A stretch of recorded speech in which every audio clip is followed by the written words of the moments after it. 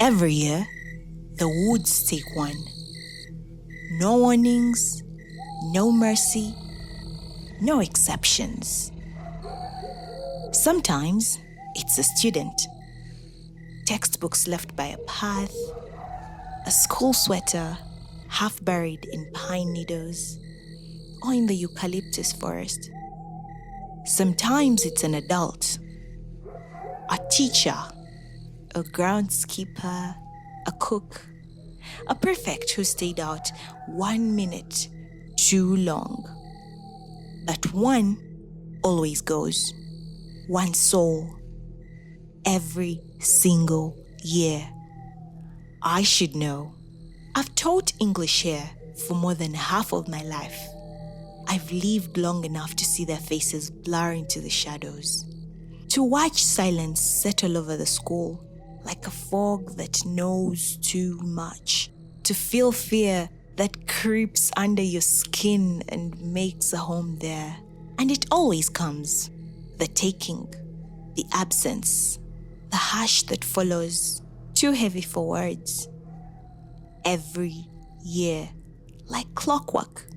No one knows how the woods choose or when. They like to keep us guessing, keep us walking on tenterhooks made of whispers and dread.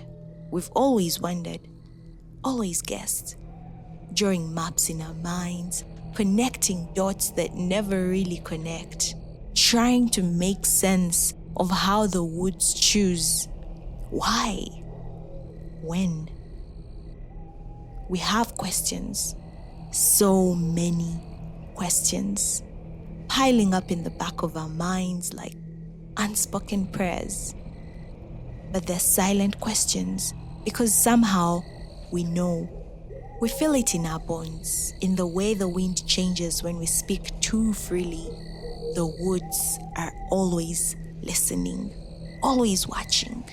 And it doesn't matter how far away you are from their twisted branches, they can hear you. Like a ghost pressing its ear against every wall. Every whisper snatched before it even finishes breathing. They hear everything. So we stay quiet.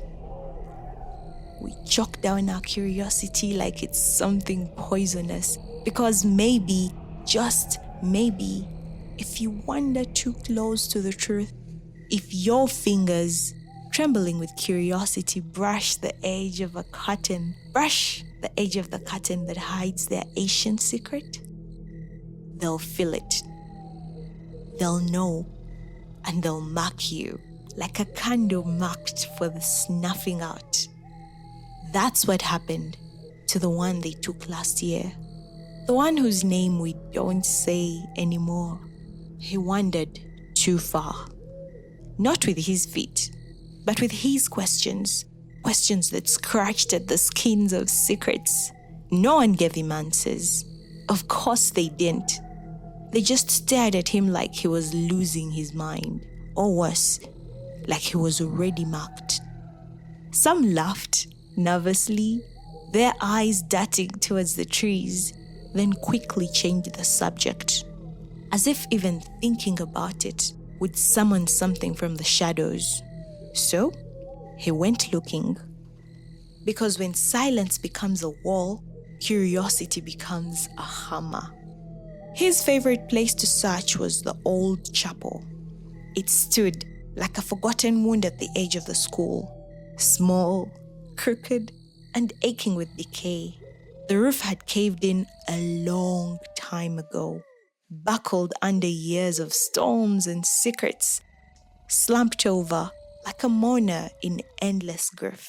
Behind it was the grave, unmarked, untouched, unspoken. No one ever went near it. No one dared to clean it.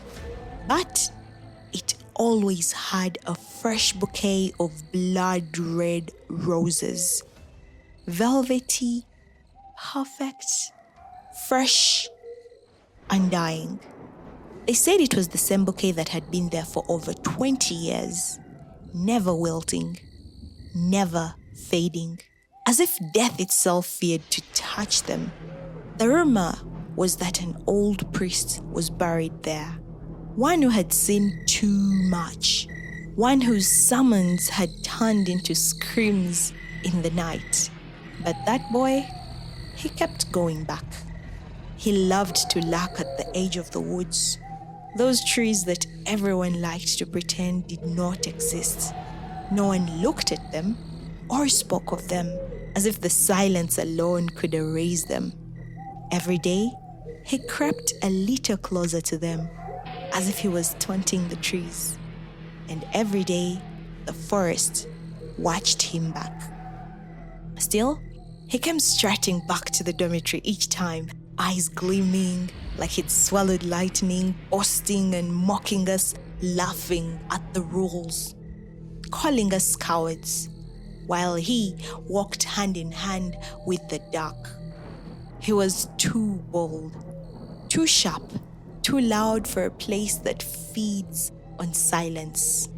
They say the woods don't like the curious, that they prefer the quiet ones, the obedient ones, the ones who look away and pretend, even though they saw something, they pretend like nothing happened.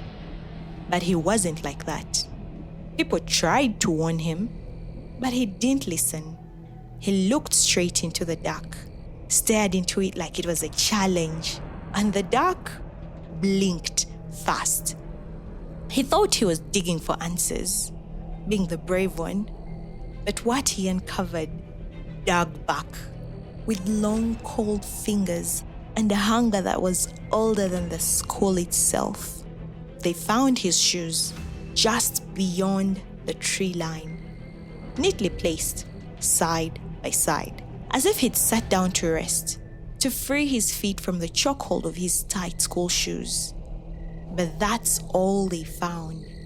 No footprints, no struggle, and no cry for help.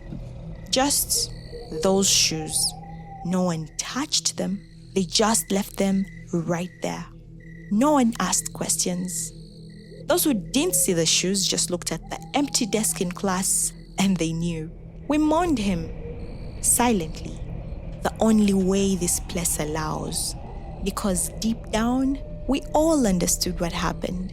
When you go digging too close to their secrets, when you poke around in places the dark once left alone, you don't get answers. You get taken.